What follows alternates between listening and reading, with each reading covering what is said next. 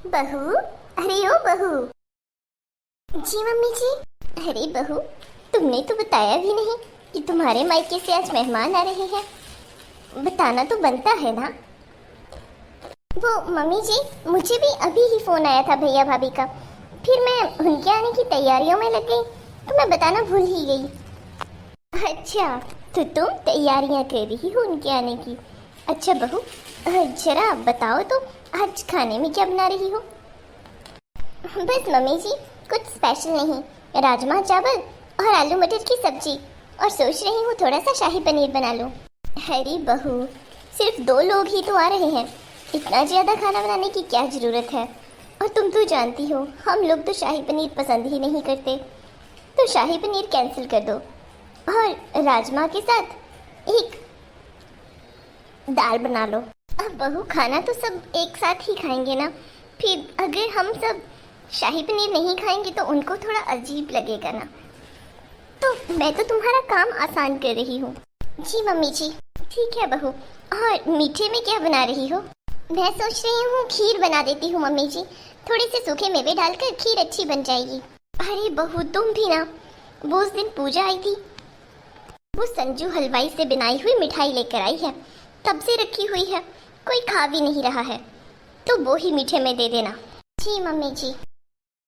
बड़ी ही अजीब रीत है, मेरे मायके से कोई आता है तो इन्हें बोझ ही लगता है, और अगर इनके रिश्तेदारों से कोई आ जाए तो ऐसा लगता है जैसे भगवान घर आ गए हों।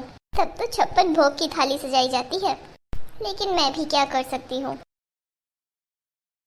अजी सुनते हो, वो आज भैया भाभी आ रहे हैं, उन्हें खाली हाथ तो भेज नहीं सकते, इसलिए शगुन के लिफाफे में 500 रुपये डाल देना।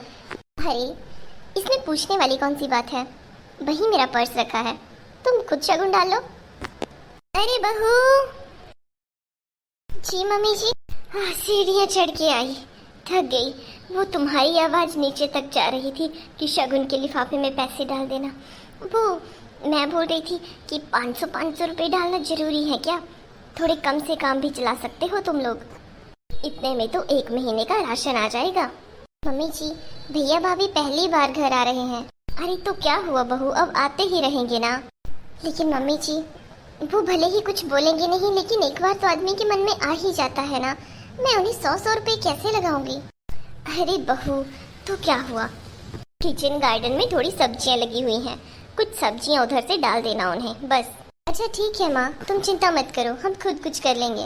अरे बेटा, चिंता क्यों नहीं करनी, तुम्हारी चिंता करने वाली एक मैं ही तो हूँ। कोई बात नहीं मम्मी जी, जैसा आपको सही लगे वैसा ही होगा। देखिए मम्मी जी, पता नहीं क्या सोचती रहती हैं, आज मुझे मेरी पसंद का खाना भी नहीं बनाने दिया, और जब दीदी जी और जीजा जी आते हैं तब तो मम्मी जी खूब सारे 56 भोग तैयार करवाती है मुझसे, और अगर मेरी किसी रिश्तेदार ने आना हो तो वही दाल चावल करी, ये क्या है, मुझे तो कुछ समझ नहीं आता। अरे तो मम्मी की बात का बुरा मत माना करो, मम्मी की सोच बुरी नहीं है, बस जुबान थोड़ी तीखी है। अब आप ही बताइए ना, दिल में आया होगा तभी तो जुबान पर आता है ना, ऐसे बिना सोचे तो कोई नहीं बोल देता। अच्छा ठीक है, तुम शगुन के लिफाफे खुद रख लो। जी। और फिर कुछ दिनों बाद आती है सुमन की ननंद। मम्मी जी, दीदी घर आने वाले हैं, और मैंने दाल और राजमा चावल बना कर रख दिए हैं, वो मुझे थोड़ा पेरेंट्स मीटिंग में जाना है, तो आप मेरे आने तक अगर लेट हो जाए तो दीदी को लंच दे देना। क्या बहू, क्या बोला तुमने, राजमा चावल और सूखी दाल बना कर रखी है तुमने। मेरी बेटी आ रही है बहू, घर में काम करने वाला नौकर नहीं जो उसके लिए तुमने सिर्फ ये सब बनाया हुआ है। और मीठे में क्या बनाया है। वो मम्मी जी, उस दिन भैया भाभी आए थे, वो संजू हलवाई से मिठाई लाए थे, तो मीठे में वही चल पड़ेगा ना, वो भी तो बहुत ताजी मिठाई देता है ना मम्मी जी, आपने ही ये बोला था। बहू, अपनी हद में रहो, मेरी बोली हुई बातें मुझे मत सिखाओ। मम्मी जी, मैं बस आपको याद दिलवा रही हूँ। देखो बहू, साफ साफ बात ये है कि राजमा चावल के साथ साथ आलू मटर और शाही पनीर भी बनेगा। बड़ी बात तुम्हारे दिमाग में। लेकिन मम्मी जी, हम सब तो शाही पनीर खाते नहीं, अब खाना तो वो लोग हमारे साथ ही खाएंगे ना, फिर उन्हें अच्छा नहीं लगेगा ना। बहू, उनके अच्छे बुरे की टेंशन तुम मत लो। मम्मी जी, ठीक है, मैं बना दूंगी, आप चिंता मत करें।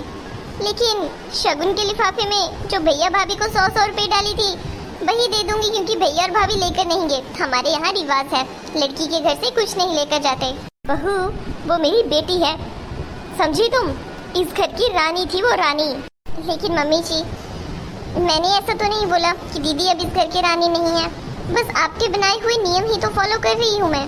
ये सब रूल आपके बनाए ही तो है मम्मी जी, और आप बस घर की बुजुर्ग हैं, तो मैं आपका बनाया हुआ कोई रूल नहीं तोड़ूंगी और ना ही खुद से चेंज करूंगी। बहू, ये तुम क्या बोले जा रही हो अनाप शनाप? वही मम्मी जी, अब सबके लिए सेम रूल होने चाहिए ना, चाहे कोई मेरे मायके से आए या आपके मायके से, मेहमान ही होते हैं ना। और आप ही तो कहती हैं कि सबको एक नजर से देखना चाहिए। रुको तुम, अभी तुम्हें बताती हूँ। राजीव बेटा। हाँ मम्मी, आपने मुझे बुलाया? जरा समझाओ अपनी इस महारानी को। देखो मुझसे कैसे जुबान लड़ा रही है, और मेरी बेटी आ रही है और इसने राजमा की सब्जी और दाल बनाकर रख दी। अरे मम्मी, लेकिन हमारे घर में मेहमान के आने पर यही तो बनता है हर बार। अब इसके भैया भाभी आए थे तब भी तो यही बना था, और एक दिन इसकी छोटी बहन आई थी तब भी यही बना था। तो मैंने भी यही सजेस्ट किया ऐसे कि जो सबके लिए बनता है वही बना दो। लेकिन वो तुम्हारी बहन है, तुम कैसे भूल रहे हो? मम्मी, आप कैसे भूल गई कि सुमन का वो भाई था? उन्होंने कहा रोज रोज आना था मम्मी, पहली बार वो आए और आपने उनका इतना आदर सत्कार किया। हाँ, बोलने लगे तुम भी लुगाई की भाषा। मम्मी, आप चाहे कुछ भी बोलो, लेकिन आप सच से मुंह नहीं मोड़ सकते, और सच यही है कि आप बहुत ही भेदभाव करते हो। जो इसके मायके से आता है उसका आपको जरा भी शौक नहीं होता, बहुत ही अजीब सी नजर से देखते हो आप। और जब कोई हमारे रिश्तेदारी से आता है तब आपको वो बहुत ही प्रिय लगने लगता है। उसके आने से 2 दिन पहले ही तैयारियां शुरू हो जाती हैं घर पर। क्यों मम्मी? सब कुछ जानते हुए भी सुमन और मैं चुपचाप रहते हैं मम्मी, कुछ नहीं बोलते, ताकि आपको दुख न पहुंचे। लेकिन मम्मी, कभी हमारा भी तो ख्याल किया करो। मुझे भी सुमन को यूं दुखी देखना अच्छा नहीं लगता। अच्छा ठीक है मम्मी जी, आप उदास मत होइए, मैंने दीदी के आने से पहले ही उनके आने की तैयारियां कर ली हैं।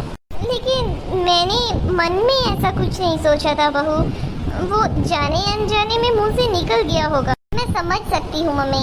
अच्छा, अब आप रेस्ट कीजिए। अरे तुमने मम्मी को कुछ बोला नहीं, समझाया नहीं, तुमने सिर्फ ऐसा बोला कि मैं समझ सकती हूँ। ऐसा क्यों? वो हमसे बड़े हैं और उन्हें उनकी गलती का एहसास हो गया। ये बात मुझे उनकी नजरों से ही पता चल गई। अब मैं उन्हें ज्यादा सुनाकर और शर्मिंदा नहीं करना चाहती थी, और मैं समझ गई, या मैं समझ सकती हूँ मम्मी जी।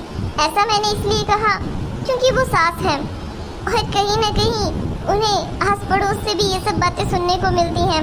बहू के साथ ऐसा करना, बहू के साथ वैसा करना, तो कहीं न कहीं लोगों की बातों में भी आ जाते हैं। लेकिन कम से कम इन्हें एहसास तो हुआ। अच्छा ठीक है, मैं दीदी के आने की थोड़ी सी तैयारियां और कर लेती हूँ। हेलो दोस्तों, कमेंट करके जरूर बताएं आपको हमारी वीडियो कैसी लगी। मिलेंगे नेक्स्ट वीडियो में। वीडियो अच्छी लगी हो तो हमारे चैनल को सब्सक्राइब करें, शेयर करें। Bye bye.